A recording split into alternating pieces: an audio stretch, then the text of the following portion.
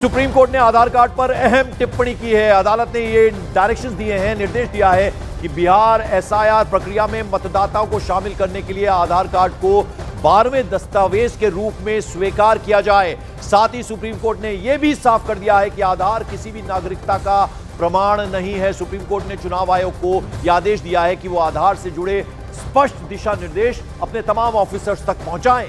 इस फैसले को लेकर मतदाता पहचान प्रक्रिया और ज्यादा स्पष्ट हो जाएगी और ऑफिसर्स की कार्यप्रणाली पर भी पारदर्शिता आएगी।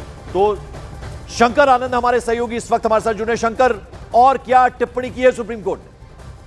देखिए पंकज, आज जो जिस तरह से बिहार में मतदाता सूची पुनरीक्षण से जुड़े मामले पर जिस तरह से आज सुनवाई के दौरान में 3 जो महत्वपूर्ण पॉइंट है, उस पॉइंट को मैं बताना चाहूंगा कि अधिकारियों के द्वारा आधार कार्ड को 12वें दस्तावेज के रूप में मानना होगा।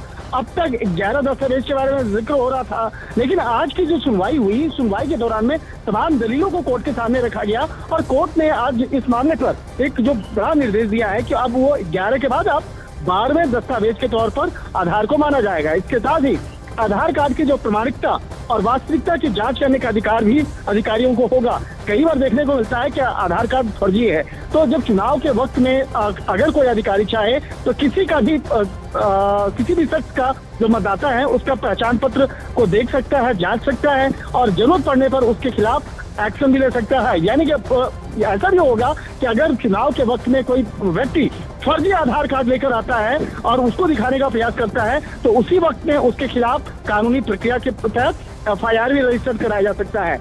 इसके साथ ही सुप्रीम कोर्ट ने ये भी कहा है कि इसे जो आधार है इसे नागरिकता के प्रमाण के रूप में स्वीकार नहीं किया जाएगा।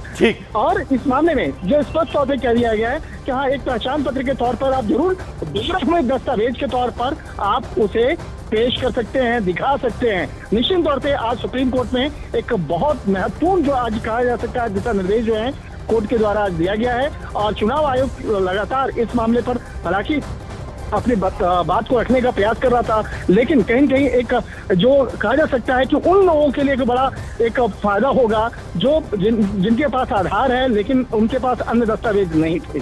जी चलिए, बहुत बहुत शुक्रिया इस अपडेट, इस जानकारी के लिए शंकर आनंद।